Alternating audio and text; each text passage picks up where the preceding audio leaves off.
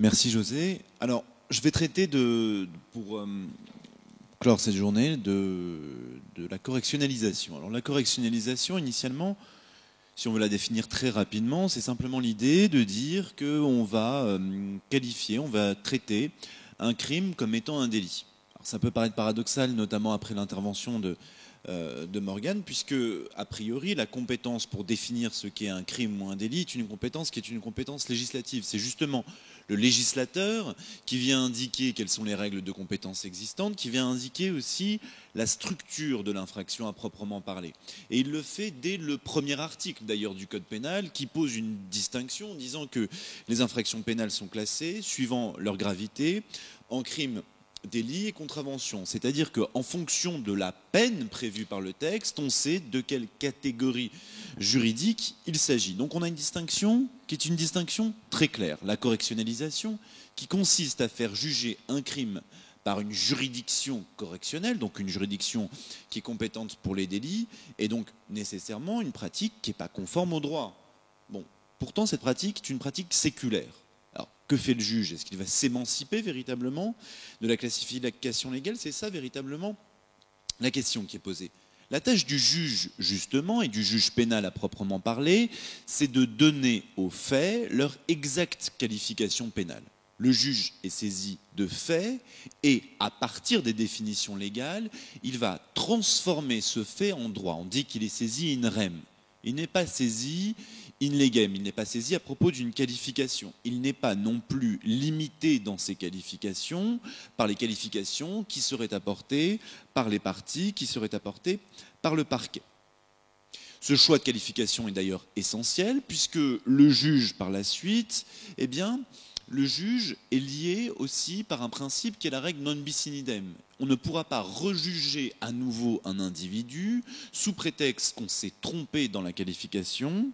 C'est véritablement cet aspect-là. Alors pourtant, s'agissant de ce particularisme du droit pénal à l'aune de la procédure pénale, l'idée générale, c'est quoi? C'est qu'il existe, et c'est de plus en plus fréquent avec l'inflation législative en matière pénale, avec la définition des différentes infractions, il existe des conflits de qualification. Le juge, face à certains faits, a la possibilité de qualifier différemment ces faits. Là encore, une directive lui est fournie. Normalement, en cas de doute, eh bien, il va devoir qualifier les faits sous leur plus haute acception pénale, sous leur plus haute qualification pénale, c'est-à-dire la qualification qui entraîne ici la peine la plus forte. L'idée générale aussi, c'est que cette correctionnalisation existe de façon séculaire. Elle existe de façon séculaire. Comment y procède-t-on? Eh bien, de façon générale, on va y procéder de la façon suivante. On a parfois certains délits qui sont définis comme étant des délits, et si on rajoute une circonstance aggravante, ces délits sont désormais des crimes. C'est l'hypothèse du vol avec l'utilisation d'une arme. Lorsque ce vol est effectué avec l'utilisation d'une arme, c'est susceptible de relever d'une qualification criminelle. Le juge, là, ne va pas hésiter à omettre, à oublier la circonstance aggravante. Pourquoi? Alors, quand on cherche les fondements et la doctrine sur cette question-là, la doctrine évoque de jolies choses. On a jusqu'ici évoqué des considérations et des exemples très factuels, mais cet exemple-là est significatif. On évoque l'hypothèse des braquages. On évoque aussi l'hypothèse où justement on avait ces braqueurs qui avaient une sorte de code de l'honneur. Certes, ils utilisaient une arme, ils avaient sur eux une arme, ils menaçaient de l'arme, mais jamais ils n'utilisaient cette arme. Et face au juge, ils avaient une attitude qui était une attitude qu'on va qualifier ici de coopérative avec le juge. Du coup, en échange de cette attitude, le juge omettait la circonstance aggravante et renvoyait devant les tribunaux correctionnels. On va voir que ce point est discutable. La deuxième hypothèse, c'est quoi? C'est l'hypothèse, et là je vois que c'est véritablement un fil rouge sur les interventions auxquelles j'ai assisté cet après-midi, l'hypothèse des infractions sexuelles. Le viol se distingue des agressions sexuelles en ce qu'il y a pénétration. Et là, le juge va oublier la pénétration et qualifier en agression sexuelle. Alors pourquoi est-ce qu'il y procède? On va y voir, là aussi ça repose sur d'autres considérations. Mais d'ores et déjà, ce que l'on peut dire, c'est que la correctionnalisation, c'est une pratique illégale, mais c'est une pratique aussi indispensable. À nouveau, un raisonnement en deux temps, ici, qui va ravir les plus gourmands d'entre vous. Tout d'abord, c'est une pratique illégale. Cette pratique est illégale, elle repose sur des nécessités qui sont des nécessités avérées. Pourtant, la discussion autour de cette pratique est maintenue. Pourquoi est-ce nécessaire? Historiquement, la première justification qui a été avancée est postérieure à l'ancien code pénal. Dans l'ancien code pénal, et ici, alors j'ai pas vu les actualités aujourd'hui, mais on va dire l'actuelle garde des Sceaux, lorsqu'elle réfléchit sur la peine, ferait bien aussi parfois de s'inspirer de ce qui a été fait après l'ancien code pénal. On avait opté pour, s'agissant de la peine du moins, la théorie de l'utilitarisme de Bentham. C'est-à-dire que la peine doit être manifestement disproportionnée par rapport à l'infraction commise. Pourquoi? Il faut que la peine, son rôle essentiel était d'intimider. Pourquoi est-ce que je ne vais pas passer à l'acte? Parce que la peine est disproportionnée aux agissements commis. Donc, lorsque l'on correctionnalisait, c'était rétablir la juste peine, la peine proportionnée. S'il s'agit toujours d'une justification, celle-ci est aujourd'hui largement disparue, dans la mesure où, et c'est une exigence constitutionnelle, les peines en matière pénale doivent être proportionnées et adaptées. C'est une exigence constitutionnelle, c'est une exigence de la Déclaration des droits de l'homme et du citoyen qui est aujourd'hui même reprise par les textes en droit interne. Donc cette première qualification, cette première justification est une justification qui, néanmoins, semble avoir disparu. D'autre part, on pourrait avancer une autre justification. L'autre justification, c'est quoi? C'est de dire, voilà, la justice criminelle, elle est de piètre qualité. Elle est de piètre qualité parce que pendant très longtemps, c'était vrai, les cours d'assises, lorsqu'elles statuaient, étaient largement influencées, on reviendra sur cet argument-là, et les juridictions correctionnelles sont mieux. Pourquoi sont-elles meilleures? Parce qu'il y a des juges professionnels, à la différence des cours d'assises où il y a quelques jurés. Plus encore, les décisions des cours d'assises étaient, jusqu'à des réformes récentes, susceptibles d'appel, et également les juridictions correctionnelles motivaient leurs décisions. Or, ce n'était pas le cas pour les cours d'assises. Pourquoi? Parce que les cours d'assises étaient, disait-on, infaillibles. Elles ne se trompaient jamais. Et là-dessus, on en a une illustration formidable, le peu de révision obtenue s'agissant des décisions des cours d'assises. Pourtant, pour des raisons évidentes, finalement, l'appel s'est imposé pour les décisions des cours d'assises. C'est une loi du 15 juin 2000 qui commence à instaurer l'appel. Et d'autre part, désormais, ces décisions sont motivées. Loi du 10 août 2011. Cette nouvelle justification avancée a disparu. Cherchons une autre justification. L'on dit, nouvelle justification, que la correctionnalisation a lieu dans l'intérêt de tous. Pourquoi? Pour la victime d'abord. Pour la victime comme ça se retrouve dispensée d'avoir à témoigner devant une cour d'assises et on relève, notamment dans des hypothèses de viol, des victimes qui sont interrogées par la juridiction sur leur passé sexuel, comme si cela était susceptible d'avoir une influence sur la culpabilité de la personne. Bon. Donc c'est favorable à la victime. Il est plus favorable pour la victime de témoigner devant l'atmosphère qui est une atmosphère compassée d'un tribunal correctionnel que devant une cour d'assises, devant des jurés et des magistrats, plus un public qui peut exercer une influence et traumatiser. Pour le délinquant, celui qui est poursuivi, eh bien, c'est tout à fait dans son intérêt. Pourquoi? La peine qu'il encourt devant un tribunal correctionnel est moindre que devant une cour d'assises. Pour le parquet, c'est à nouveau favorable. Parce que justement, les décisions des cours d'assises sont des décisions qui parfois sont illogiques, non conformes au droit. Le parquetier peut avoir une volonté d'avoir une condamnation plus certaine, plus juste, davantage qu'un acquittement scandaleux, ou encore qu'une condamnation trop sévère. Donc le parquetier y a aussi intérêt, et finalement la justice y a intérêt. Ces arguments, s'ils peuvent, dans un cas déterminé ou un autre, être convaincants, n'en sont pas moins pour autant non généralisables. La victime peut aussi avoir la volonté, justement, que son crime soit reconnu devant les cours d'assises. Quant au procureur de la République, il est quand même un petit peu schématique de dire que sa volonté est nécessairement d'obtenir une condamnation. Enfin, la personne poursuivie peut avoir la volonté elle-même d'être poursuivie devant une cour d'assises pour faire valoir ses arguments et chercher d'obtenir un acquittement. Ces arguments ne convainquent pas. Y en a-t-il un autre au moins? Il y en a un. Mais c'est un argument qui est un argument économique. Les sessions de cour d'assises sont discontinues, elles sont coûteuses. C'est-à-dire que renvoyer un individu devant une cour d'assises va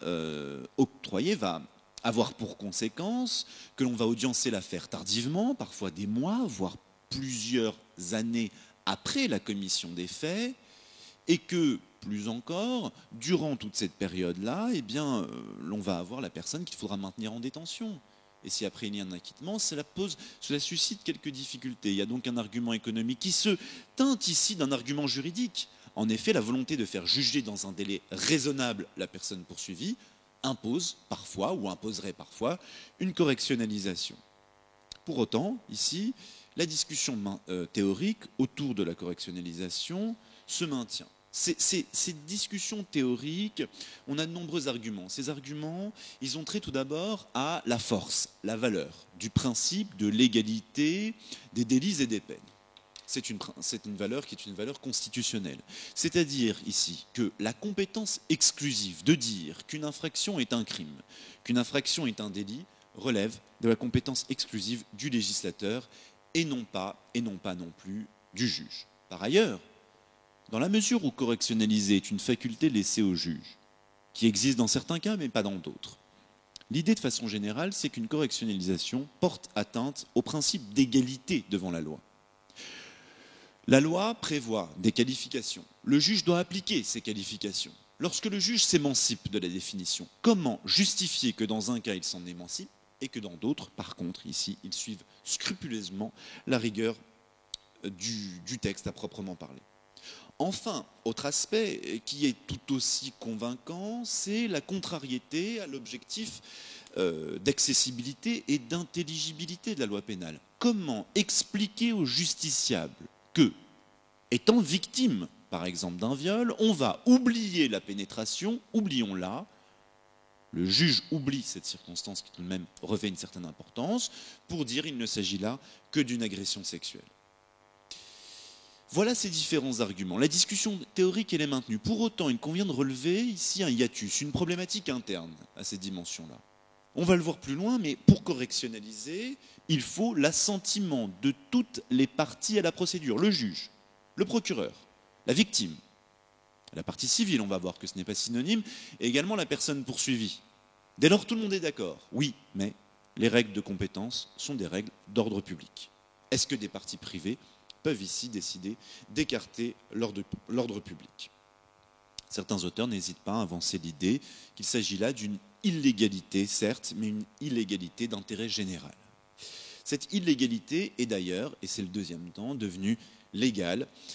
Désormais, la qualification, la correctionnalisation semble difficilement contestable. Pourquoi est-elle contestable? Tout d'abord, parce qu'elle a été transposée en droit positif. Le législateur est intervenu.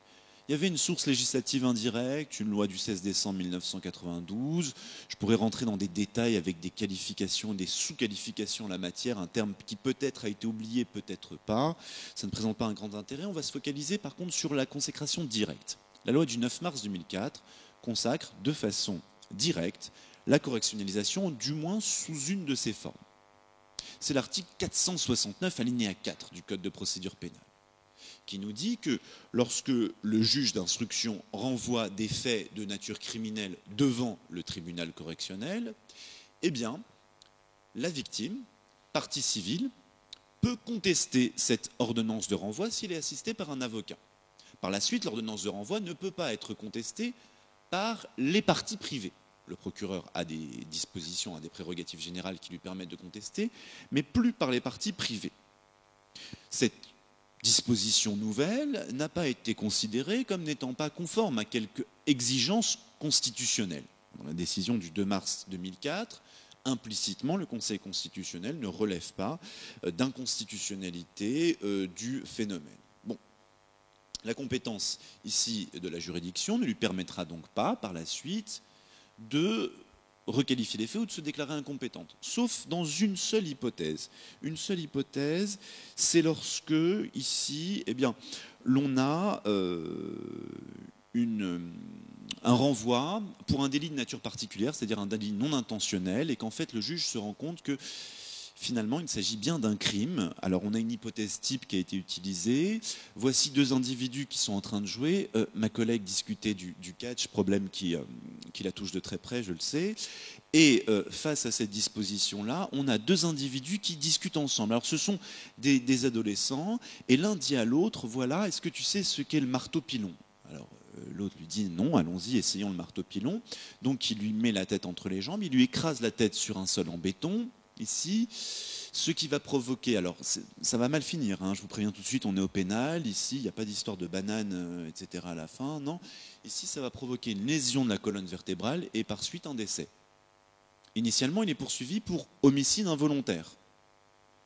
Eh bien le juge pénal n'est pas d'accord, c'est pas un homicide involontaire, pour le mieux, c'est des violences ayant entraîné la mort sans intention de la donner. Le juge s'est déclaré incompétent en disant non, la qualification retenue n'est pas la bonne, on va renvoyer devant une cour d'assises. Là, la correctionnalisation est une correctionnalisation qui n'est pas passée. Dans les autres hypothèses de correctionnalisation, eh bien, on a vu que parfois le juge d'instruction s'est octroyé une compétence à la fois nouvelle, étonnante, et a fourni aussi un argument pour dire qu'il y avait une nouvelle méconnaissance d'une disposition de droit fondamental. De quoi s'agit-il? Cette fois, on est face à une décision du 21 juin 2011 de la Chambre criminelle. Que se passe-t-il dans cette décision? On a une victime d'un viol qui va ici, bien évidemment, suivre toute la procédure pénale. Et cette victime de viol, elle s'adresse à une association parce que cette association qui s'occupe des victimes de viol lui assure, à titre gratuit, bien évidemment, une protection psychologique, une prise en charge psychologique. Et en échange, cette association va se constituer partie civile au nom de la victime. En vertu de dispositions du Code de procédure pénale, parfois, certaines associations, pour certaines infractions, peuvent se constituer partie civile. Donc on a une victime, c'est la victime de viol, on a une partie civile, une association, et par ailleurs, on a les juridictions d'instruction qui est saisie. Le juge d'instruction est saisi, quelques jours se passent, il s'agissait... Alors, ça a été qualifié comme ça, c'est très maladroit, mais c'est une séduction mal maîtrisée, une hypothèse dans laquelle on a deux individus qui se rencontrent, bon, très bien, la jeune fille accepte de suivre le monsieur, puis elle change d'avis, bien sûr avec un petit peu d'alcool et de stupéfiants, il y a une incompréhension, et le jeune homme force la jeune fille, il s'agit d'un viol, mais on n'a pas d'éléments de preuve particulièrement clairs, si ce n'est d'établir que par certains messages qu'ils se sont envoyés, il y a eu quelques violences établies, que par quelques messages aussi, on arrive à établir que la jeune fille, au moins au départ, était consentante. Bon, on a une difficulté. Le juge d'instruction, que va-t-il faire? Rien. Il laisse s'écouler le temps. Aucune des parties ne demande d'acte particulier. Le juge laisse s'écouler un délai supérieur à 3 ans, puis il va requalifier les faits. Il disait alors ces faits que j'avais qualifiés initialement de viol, finalement, c'est une agression sexuelle. Or, comme l'agression sexuelle est un délit, le délai pour poursuivre, le délai de prescription, c'est un délai de 3 ans. Constatant ici que pendant 3 ans, il y a eu une inaction, le juge d'instruction met fin aux poursuites, rend une ordonnance de non-lieu, disant on ne peut plus poursuivre les faits. Et l'ordonnance est incontestable. Pourquoi?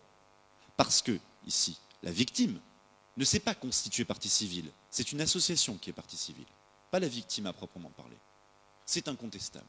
Et finalement, ici, l'argument théorique qui apparaît, c'est quoi? Sous couvert de correctionnalisation, il est également possible qu'un juge d'instruction, qui n'en a pas le pouvoir dans le Code de procédure pénale, mette en toute opportunité fin à des poursuites, sous couvert de correctionnalisation, ce qui méconnaît le droit au juge, le droit d'avoir accès à un juge. Ce n'est pas un pouvoir qui lui est octroyé, en utilisant les règles relatives à la prescription. Alors, finalement, donc, la pratique serait contraire aux droits fondamentaux. Et cette position-là est une position qui peut s'appuyer sur une décision de la Cour européenne des droits de l'homme.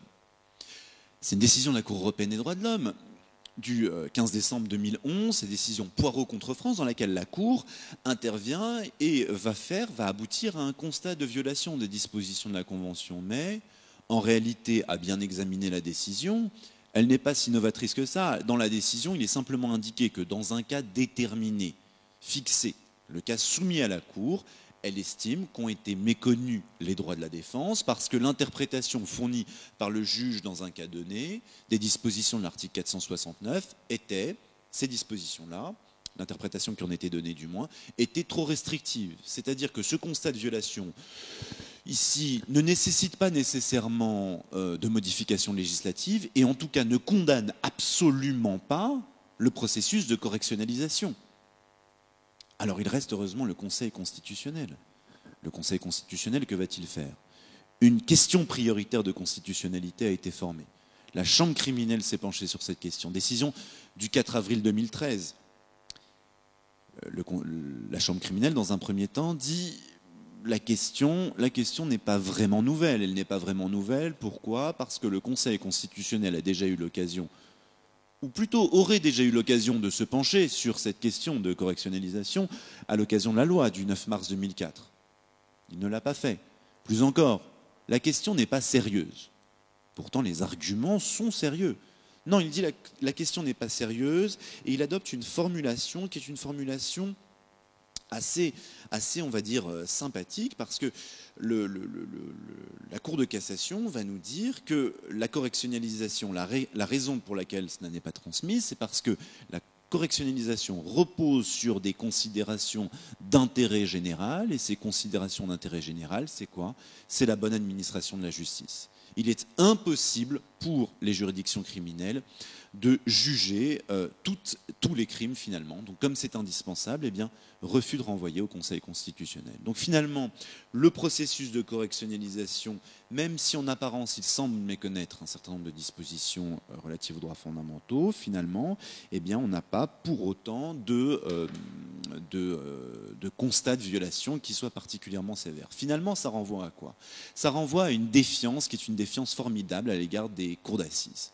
Cette correctionnalisation ici, judiciaire, c'est le pendant des hypothèses dans lesquelles on a soustrait certaines affaires particulièrement graves à la compétence des cours d'assises. Ainsi, je rappelle que même si l'appellation cour d'assises demeure, les crimes terroristes ne relèvent plus des cours d'assises avec jurés. Ce sont ici des cours d'assises spéciales qui ne sont pas peuplées de jurés. Plus encore, la justice rendue par les cours d'assises, elle est, c'est le moins qu'on puisse dire, fortement décriée. Tarde l'avait critiqué, on a d'autres critiques qui sont des critiques plus récentes, et enfin aussi, il y avait une magnifique formation qui avait été créée au sein des tribunaux correctionnels visant à rapprocher les citoyens de la justice. C'était les tribunaux correctionnels dans leur formation citoyenne. L'expérimentation dès avant la fin, qui était programmée en 2014, l'expérimentation a pris fin en raison du coût et de l'incompétence. Et dans les formules même du rapport qui a conduit à l'abandon, on voit les mêmes formulations qui étaient celles de Tarde, justement, pour critiquer cette compétence des cours d'assises. La correctionnalisation est indispensable, pour autant, elle s'opère d'une façon qui porte atteinte à ce principe d'égalité. Alors, pour en terminer ici sur cette allocution, je reprendrai simplement une formule de Montesquieu, qui justement, pour critiquer non pas ce phénomène-là, mais pour voir bien ce balancement entre juge et loi, Montesquieu disait qu'il n'y a pas de plus cruelle tyrannie que celle qu'on exerce à l'ombre des lois et avec les couleurs de la justice. Je vous remercie.